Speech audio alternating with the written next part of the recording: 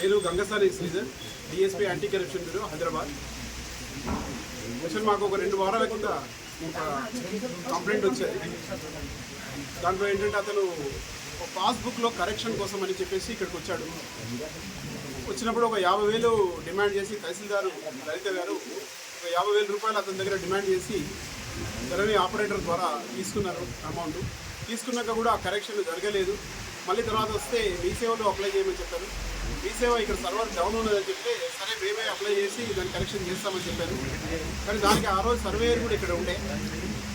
Surveyor తర్వాత తహసీల్దార్ ఇద్దరు కలిసి ఇద్దరికి కూడా 50,000 లక్ష రూపాయలు ఇంకా ఫర్దర్గా ఇవ్వాలని డిమాండ్ చేశారు.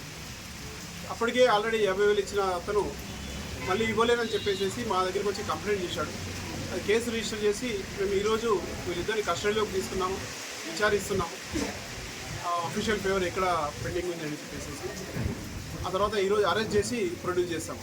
సార్ జర్నల్ కరెక్షన్ అన్నారు, అంటే ఇది ఎంత ఎక్స్టెంట్ సంబంధించిన సర్వే నెంబర్ అంటే ఓన్లీ జెండర్ అంటే male female correction. Okay, male దగ్గర female gender correction. Amount 50,000 already తీసుకున్నారు. ఇంకొక 1,00,000 రూపాయలు డిమాండ్ చేశారు. చిన్న మనవి ప్రజలందరికీ మనవి ఏంటంటే ఎవరైనా ఎక్కడైనా ఏ అధికారి కానీ మీకు అవినీతి అంటే ఎక్కడ లంచము డబ్బులు ఎక్కడైనా డిమాండ్ చేస్తే ఇమీడియట్లీ మీరు ఉన్న దగ్గర నుంచి 1064 డయల్ చేయొచ్చు. అది మాకు 24 అవర్స్ ఆన్లో ఉంటుంది. అది కాల్ సెంటర్. అది 1064 డయల్ చేస్తే తప్పనిసరిగా దాని మీద యాక్షన్ తీసుకుంటాం. ఏం లేదు మీకు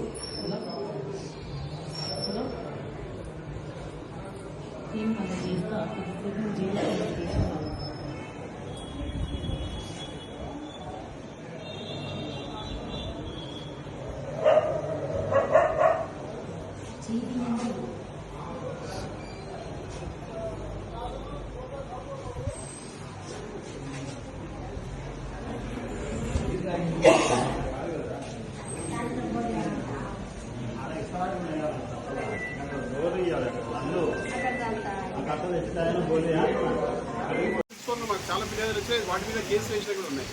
మ్యాక్సిమం 50% కేసెస్ 1064 మీదే అయినాయి. సార్ ఇది పేరు మార్పిడి కరెక్షన్ అనొచ్చు. ఓన్లీ జెండర్ అండి. అదే పేరు మార్పిడి అనొచ్చు. అంటే ఆడ మగ పేరు ఏదో పేరు మార్పిడి.